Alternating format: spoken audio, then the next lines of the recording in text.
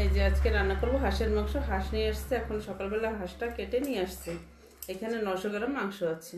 হাঁসটা আজকে রান্না করবো, হাঁসটা পুরো দেশি হাঁস। তো এটা আজকে রান্না করব। এখন এর জন্য মশলাপাতি রেডি করব। ভিডিওটা সম্পূর্ণ করে দেখো তোমরা, আশা করি তোমাদের ভালো লাগবে। ভালো লাগলে একটা লাইক কমেন্ট শেয়ার করে দিও। তো এখন হাঁসটা আমি রান্না করব, আমার হিসাবে রান্না করবো, কেমন করে রান্না করি দেখো। ঠিক আছে, তাহলে মশলাটা রেডি করি। এখন হাঁসের চামড়ায় অনেক ময়লা থাকে, ময়লাগুলো এখন আমি ধীরে ধীরে এক একটা করে পরিষ্কার করে নিচ্ছি। একদম পুরো পরিষ্কার করে নেব। হাঁসের তো চামড়া ফেলে না, চামড়া থাকে, চামড়া শুদ্ধ রান্না হয় কাটে। সেই চামড়াগুলো ভালো করে পরিষ্কার করে নিতে হবে।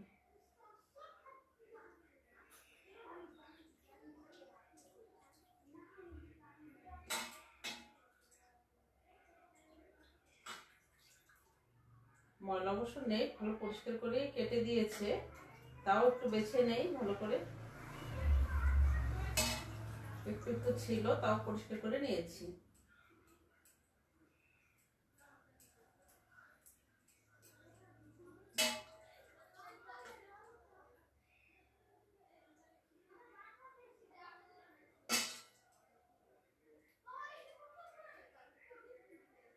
এগুলো পাতি হাঁস। পাতি হাঁসগুলো তেমন বেশি বড় হয় না।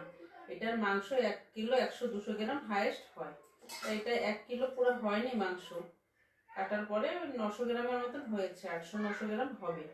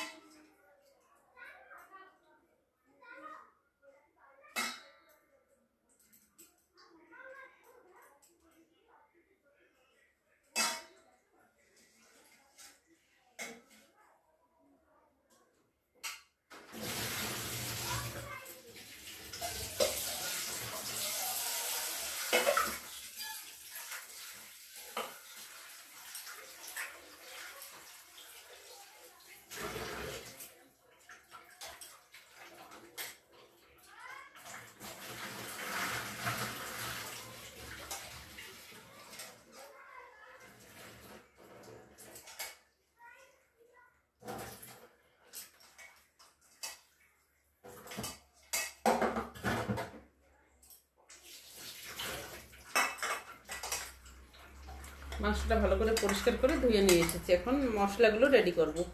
এর জন্য পেঁয়াজ, রসুন, আদা, টমেটো, মানে যা যা দরকার সেসব রেডি করে নিই এখন। ঠিক আছে,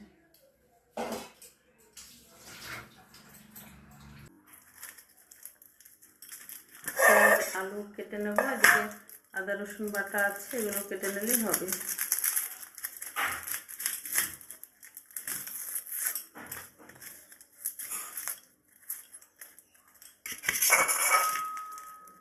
পেঁয়াজ কাটাই যায় না, চোখ পোড়ায়। একটা দুটো পেঁয়াজ কাটতে কাটতে চোখ পোড়ানো আরম্ভ হয়ে গেছে। বাবা, কাটতে কী করে? জলে দেওয়া লাগবে, নাহলে হবে না কাটা, বেশি চোখ পোড়াচ্ছে।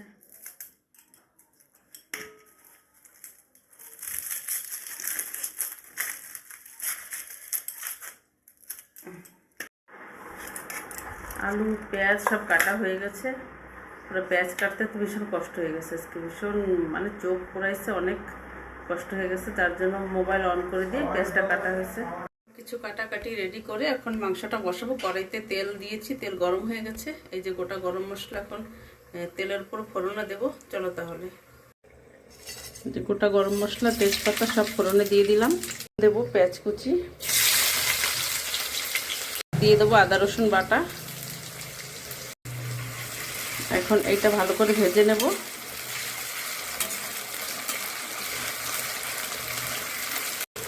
পেঁয়াজ আদা রসুনটা কিছু সময় ভাজা হয়ে গেছে। এখন এর ভিতরে দিয়ে দেবো এই যে মশলা সব বেটে নিয়েছি, যা যা মশলা দরকার, ধনে জিরে লঙ্কা লবণ হলুদ আর কিছুটা বাদাম দিয়েছি। হাঁসের মাংস তো একটু বাদাম দিলে ভালো লাগে, কাজু বাদাম দিলে বেশি ভালো লাগে। কাজু বাদাম ছিল না, একটু বাদাম দিয়েছি। এখন এই সব মশলাটা ভেজে নেব।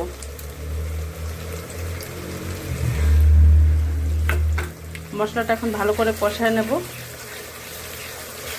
বাদাম আছে তো ভালো করে না কষালে কাঁচা কাঁচা গন্ধ আসবে বাদামের। মশলাটা প্রায় কষানো হয়ে গেছে।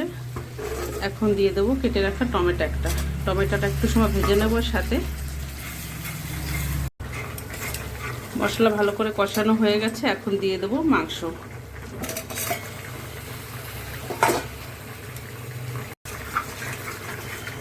এখন ভালো করে এটা নেড়ে চেড়ে দেবো।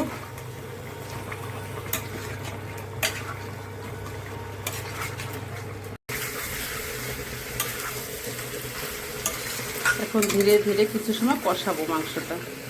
হাঁসের মাংস বেশি সময় কষানোর দরকার হয় না, অল্প টাইম কষালে হয়ে যায়। বেশি কষালে বলে হাঁসের মাংস শক্ত হয়ে যায়, সিদ্ধ হয় না। তাই কিছু বেশি সময় কষাবো না, অল্প সময় কষাবো। দেখো কত সুন্দর দেখাচ্ছে।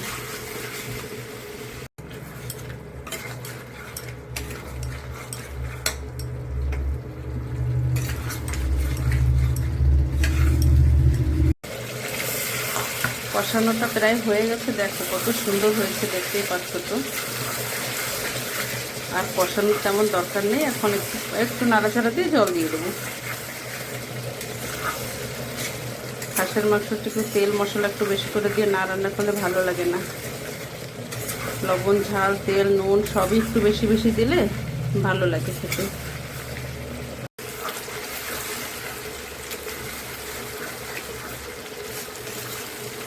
খুব সুন্দর করে কষানো হয়ে গেছে।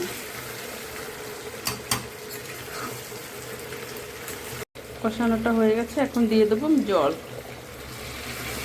একটু বেশি করে দেবো। একটা হাঁসের মাংস সিদ্ধ হতে একটু সময় লাগে, একটু দিলে হবে। এখন একটু ভালো করে নাড়াচাড়া দিয়ে তারপরে ঢেকে রাখবো। এত সময় একটু ঢাকা দিয়েই নেই, আগলা করে করে কষানো হয়েছে। এখন জল দিয়ে তারপরে এখন ঢাকা দিয়ে রাখবো।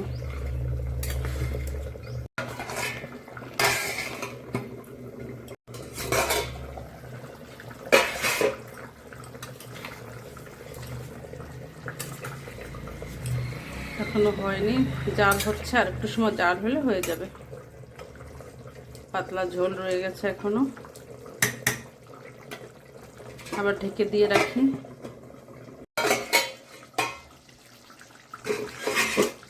প্রায় হয়ে আসছে মাংসটা, দেখো জাল হয়ে ঝোল টোল শুকিয়ে গেছে। হাওয়ায় ভীষণ ডিস্টার্ব করে, দেখাও যায় না ভালো করে।